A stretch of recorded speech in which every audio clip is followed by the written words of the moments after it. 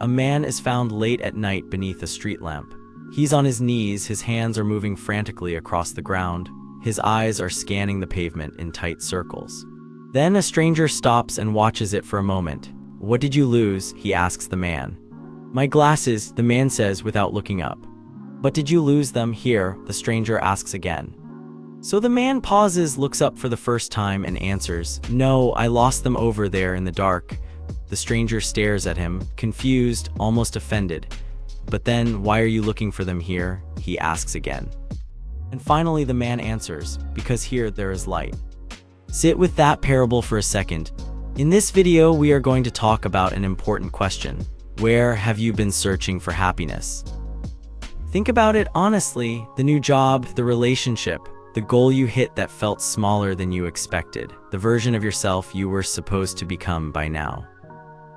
What if all of it was the street lamp? What if you have been searching in the one place that's easy to see, the place everyone around you is also searching, while the thing you actually lost is sitting somewhere darker or quieter, somewhere you haven't looked yet? Most people feel it at some point, not pain nor sadness, but something more unsettling than both.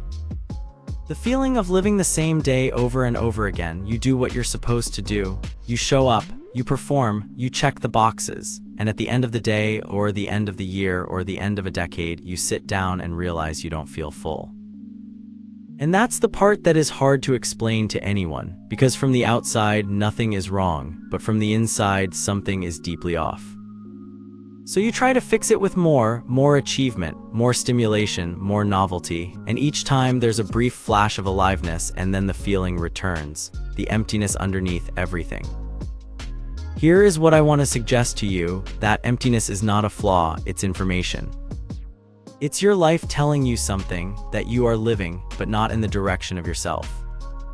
There is an American philosopher named Susan Wolf. She spent years asking a question that most people are too busy to ask. What makes a life meaningful? Not admired, but meaningful. And what she found was not abstract, but almost concrete. A meaningful life, Wolf argues, requires three things. The first is subjective attraction. That means something you are genuinely pulled toward, that moves in you, not something you think you should want or that looks right from the outside, but something that, when you think about it, makes you feel more awake.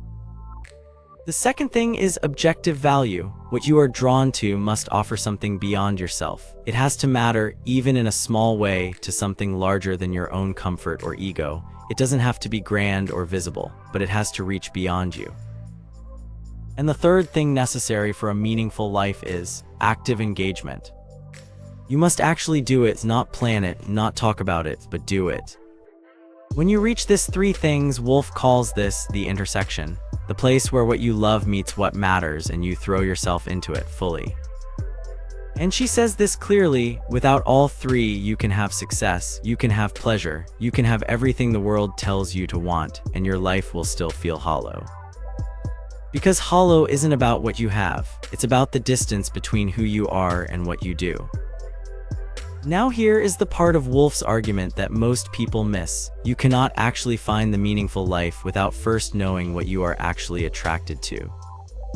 Not what you're supposed to be attracted to, nor what your parents needed you to want or your culture decided was worth wanting. Not even what the people around you are visibly pursuing. But what you actually want. And this is where it breaks down for most people, because most people don't know. In a life built for speed, for distraction, for the next thing, most people have never stopped long enough to ask themselves a question, so simple it sounds almost naive. What do I actually value? Not what do I want to achieve, not what am I good at, not what pays well. What matters to me at the level below all of that? Family, knowledge, creation, service, beauty, freedom, depth, connection. These are not goals. Goals are things you accomplish and move past. Values are things you return to, things that, when your life moves toward them, make you feel like you are finally going in the right direction. And when your life moves away from them, even when everything looks fine from the outside, you feel that persistent emptiness. Think about the man who works 80 hours a week because he wants to provide for his family and then realizes he hasn't been present for that family in years. He has the goal. He is working towards something real. But the goal drifted away from the value that created it, and now is consuming the very thing it was supposed to protect.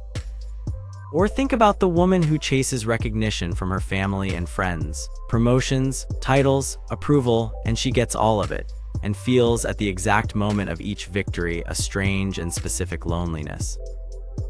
Because the recognition was never what she actually needed. What she needed was to feel that what she did mattered, that it contributed something. Recognition and contribution are not the same thing. She was searching under the street lamp, reaching for the thing that was easy to see, while the glasses stayed in the dark. Wolf would say, these people are not lazy, they are not broken, they are simply misaligned.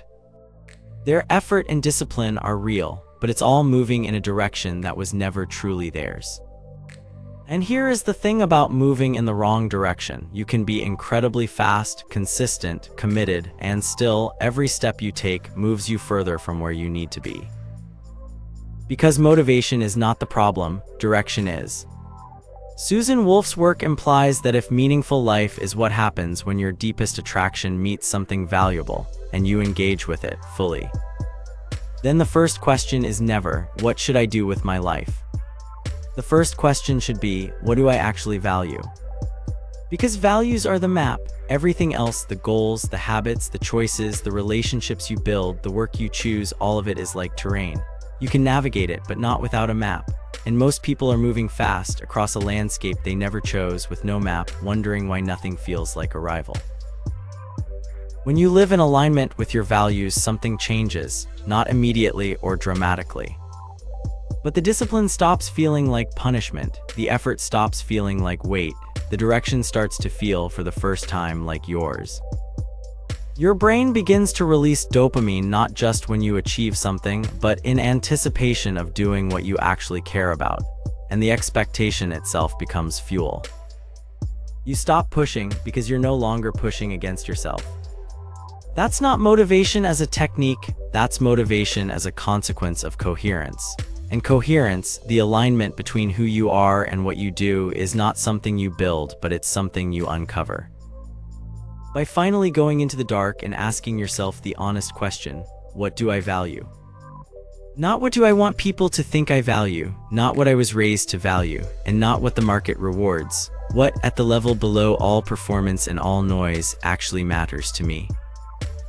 Maybe that man searching under the street lamp didn't know what he enjoyed. And he was searching there because everyone else was there, because it was bright, because moving felt safer than stopping. And stopping in the dark alone with that question is the most uncomfortable thing a person can do. But it is also, Wolf would say, the only thing that leads anywhere real. So let me leave you with this. Not an answer, not a system, not a list of things to do tomorrow. Just a shift in the question you have probably spent years asking. How do I become happier, more motivated? How do I finally feel like my life means something? Those are real questions, but they are the wrong starting point. They send you straight to the street lamp, because you can't find the glasses in the light, they aren't there. Susan Wolf, after everything, all the philosophy, all the argument, all the careful dissection of what makes a human life feel worth living, arrives at the question. What actually matters to you? Not to the version of you that performs, not to the version of you that was shaped by everything that happened before you had a choice, but to you, right now, as you actually are. Because until you can answer that, you are just a man on his knees beneath a lamp, searching for something that isn't there, searching where the light is because the dark is too honest. If this reflection resonated with you, like and subscribe to The Arise. New reflections await.